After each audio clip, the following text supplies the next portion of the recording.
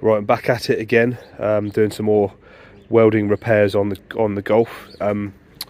So basically, at the moment, I'm doing this section of the arch here. So quite a lot of bit of rust on the corner, so I've managed to clean all that up. So it's just this piece that was rotten, and then on this side, I'll be doing this as well. So I've got a whole arch section. I'm literally just going to be cutting the bits out that I need. Rather than going too crazy, I'm just going to do the edges. Also, kind of got this almost ready, so I've ground it all down a bit more. Bit of tidying up to do. Had to tidy this edge down here. A little bit of filler just to sort of to smooth it in nice. Should come up all right. Right, so this is my piece that I've got.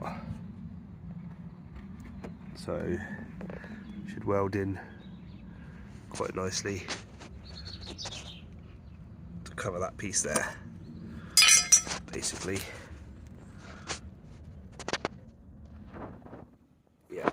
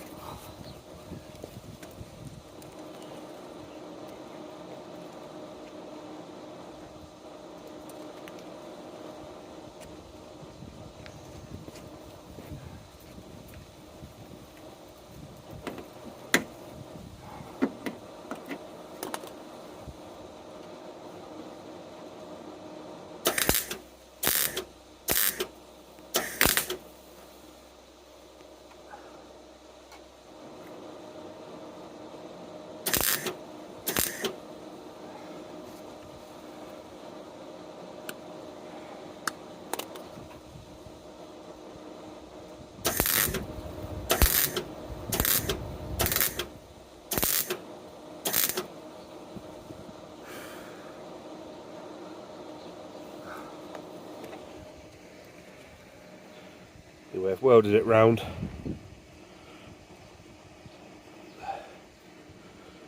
Not the tidiest, blown a couple of holes as well, so I just need to clean it up. It's always hard to weld and get it to look right on camera. Anyway, a little quick go over with the grinder makes a world of difference. I've got a hole there I need to fill in, and I just need to tidy up that piece there as well.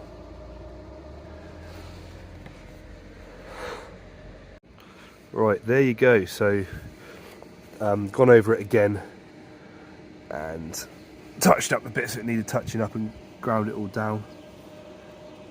It's all solid.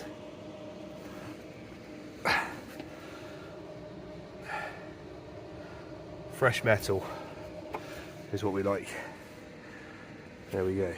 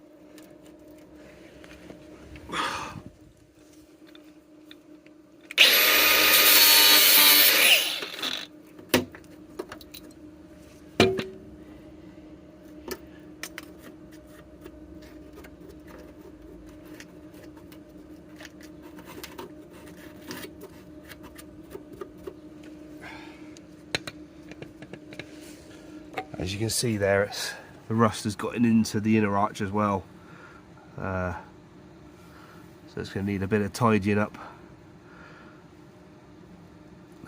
Cut out the old rotten stuff and replace it with fresh metal. That's our aim here.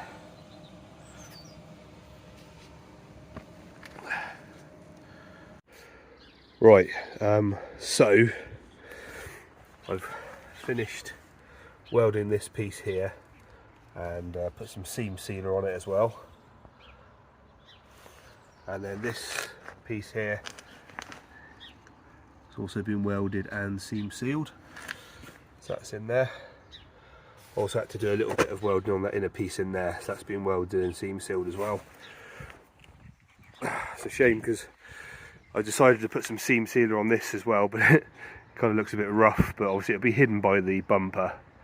It's just more to stop the rust than anything else. And then I'm just putting some filler on these corner pieces here just to finish it off. And then a bit of rust repair on this side as well. So just got to sand it all down and put a top coat on tomorrow. Right, it's time to put her back in the garage until tomorrow. And I can crack on again. Fire straight up. Battery lights on because I haven't driven it much. Little blip goes away.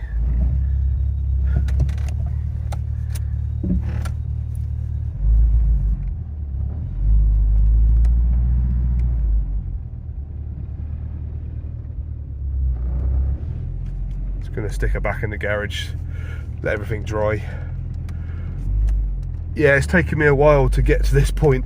It's just slow in the winter. I mean, I've got a workshop, but it's full to the brim at the moment with other stuff, so I can kind of pull the car forwards in the workshop or work outside.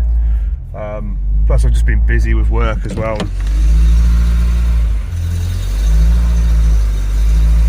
doing some other things. Life gets in the way sometimes to get these projects finished. I've still got this hunting issue as well. It only does it when it's cold. When the engine's sort of cold, when you first start it up and start moving it, it's almost like when it's going for its cold startup initiation, it kind of does that, but once it's warm it's fine. I still need to try and figure out what that is. It might be a vacuum leak, could be the switches on the throttle body, but I've tested those before and they were okay. So it might be a vacuum leak, or it could be like timing or something weird going on. But yeah, so a couple of bits done today. Slowly getting there with the bodywork. I'm going to start dailying this car, and this is going to be my run around basically. So I've got my work van over there, but I was thinking about buying another car, like a Mark IV Golf diesel, turbo diesel, like a GT TDI or something. But do you know what? I've got 3 Mark IIs. This one is pretty sound. I mean, it's a solid car. Once I've done these little bodywork bits and just sorted out, treated some of the rust issues, I think I'm going to use it as my daily and just use it all year round, even through the winter as well. Because, you know, life's too short. You might as well enjoy these things whilst you can, and put them to use, what they were designed to do. I know obviously the salt on the roads can get into them and kill them, but I think as long as you clean it and regularly clean the car and rust proof it, it should be okay. Anyway, happy days. See you again soon. Just a little quick update. One of the other things I've done as well recently is I've swapped my K&N air filter, my cone filter, for an air box.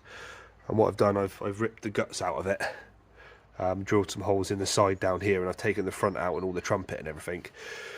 Because I think those cone filters, unless you've got like a proper shroud and a box, I think you're sucking in warm air from the engine bay. So I hear a modified air box is the best option. So I've gone for that. It's what I used to have on my car a long time ago. This one came with the cone filter, so I just kind of kept it for a while, but I decided to go for back to the airbox. Yeah, it's not looking too bad under here at the moment.